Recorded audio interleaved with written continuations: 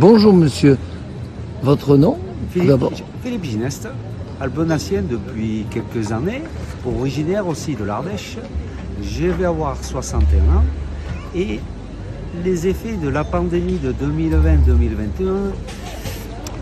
j'ai été un petit peu embêté, mais bon, si vous voulez, avec cette ouverture de printemps et de l'été, là, nous sommes satisfaits de pouvoir rencontrer du monde sur la place du château et de pouvoir dialoguer avec l'ensemble des gens qui la fréquentent.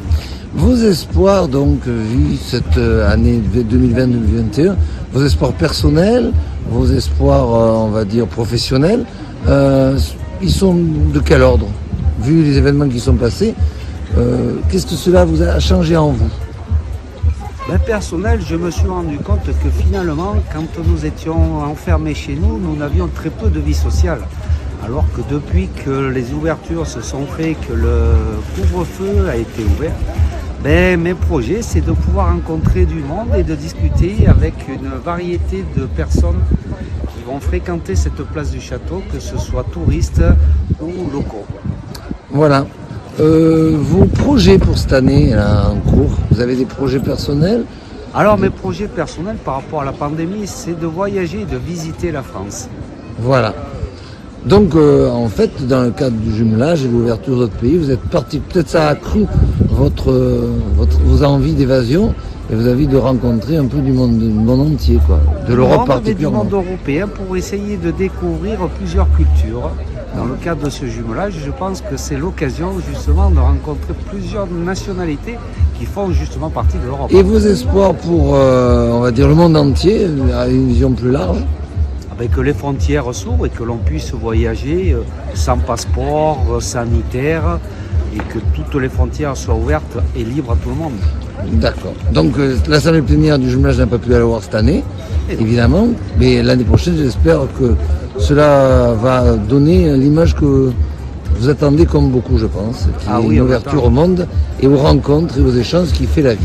Voilà, tout à fait. Je vous remercie, monsieur Gineste. Bonne journée. Et bonne chance et bonne journée à vous. Et 3.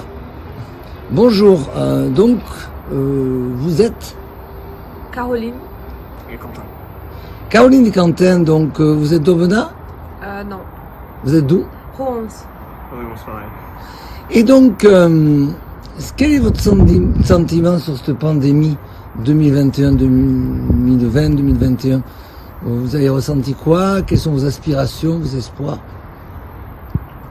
Moi, j'ai senti que les gens, ils ont beaucoup d'espoir. Voilà. Ils ont envie de sortir. Je sens qu'ils sont bien. Voilà. Ouais, c'était différent, on va dire, par rapport aux années d'avant. Il y a eu beaucoup de changements, beaucoup d'avancées aussi, notamment sur le côté technique et technologique qu'ont développé les industries et les villes par rapport à Oui, tout à fait, notamment par rapport à un essor au niveau des réseaux, etc. Vos espoirs, quels sont-ils? Je sais pas que les gens ils sortent plus, parce que je vois bien qu'ils sont partout dans les restos, ils ont envie de sortir en famille. J'espère qu'ils vont quand même prendre des vacances, qu'ils vont visiter ici en France parce qu'il y a de belles villes. Vous avez des projets? Oui. quelques-uns, oui. Là, on a le projet. Moi, j'ai envie de visiter des autres pays bientôt, de sortir un petit peu de la France, des choses comme ça. Mais là, c'est compliqué encore. Et vous? Pareil, il faut sortir. Donc oui, ça s'inscrit dans un esprit d'ouverture, d'échange. Ouais, que ça revient comme avant pour moi. Plutôt. Voilà. Et vis-à-vis du monde, vous avez des espoirs pour le monde, on va dire, plus globalement? Ah oui, moi j'ai l'espoir que, par exemple, les gens qui ont fermé les petites entreprises, qui c'était super, qu'ils arrivent à réouvrir. C'est pas parce que j'ai vu beaucoup de restaurateurs, par exemple, qui ont fermé le resto ou de petites boîtes, et que là ils ont ils ont pas assez d'espoir. Tout à fait. Donc c'est un beau message d'ouverture à l'Europe déjà, puisque oui, parce évidemment... que c'est un pays, je pense, les gens ils aiment beaucoup sortir, et là je vois qu'ils ont peur quand même. D'accord. Eh bien, écoutez, sur ces mots d'espoir, donc d'ouverture, d'échange, je vous remercie pour cet entretien. Merci. 1, 2, 3. Bonjour, donc moi c'est Julie. Bonjour Julie, vous êtes d'Aubenas? Pas loin. Pas loin. Donc, cette année 2020-2021, ça vous a... Vous envisagez quoi? Qu'est-ce que ça vous a donné comme impression? Une impression un petit peu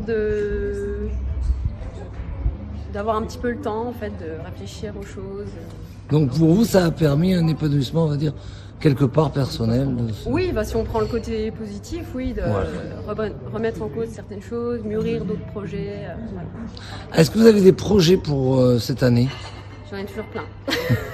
Vous en avez un en particulier? Oui, pour mon refuge coup de patte, j'ai toujours plein de projets. Là, on s'agrandit, voilà, pour mieux accueillir les animaux. Vos projets, on va dire, plus globaux pour le monde, on va dire de manière plus générale? Vaste question, que les gens puissent prendre en compte, mais aussi agir pour chacun à son niveau, quand même, pour essayer d'améliorer un petit peu les choses par rapport à notre environnement et le comportement individuel. Est-ce que ça vous a amené un rapport différent avec une vision de l'Europe et du monde, puisque vous s'inscrit dans une longue tradition européenne qui se concrétisera pas cette année, hélas, à cause du Covid, mais l'année prochaine par une assemblée plénière à Aubenas des villes jumelées?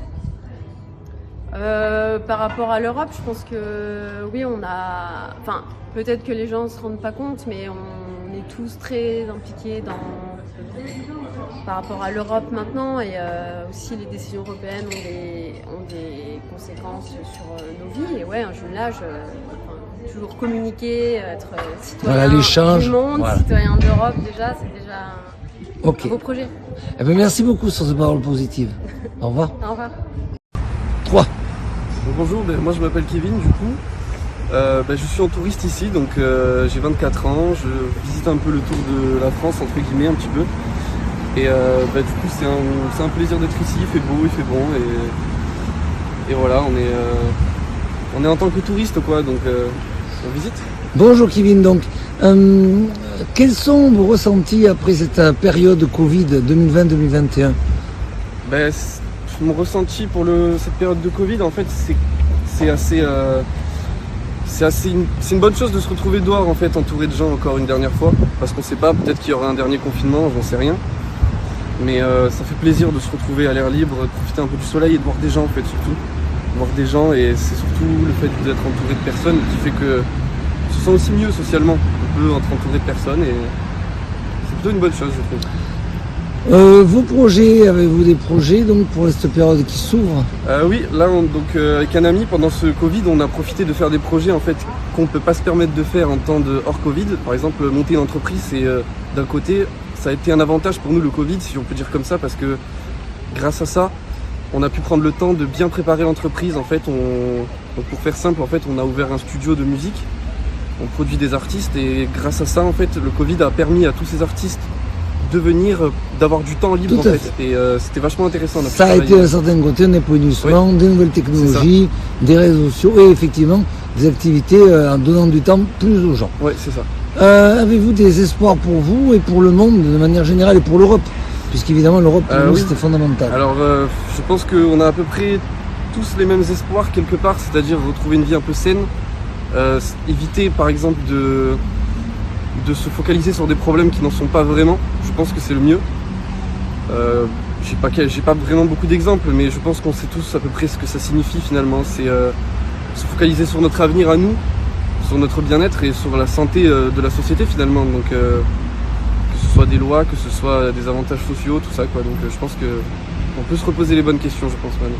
Merci Kevin pour cette vue qui sent bon l'extérieur et évidemment qui annonce une assemblée plénière. J'espère pour l'année prochaine, sous le meilleur auspice.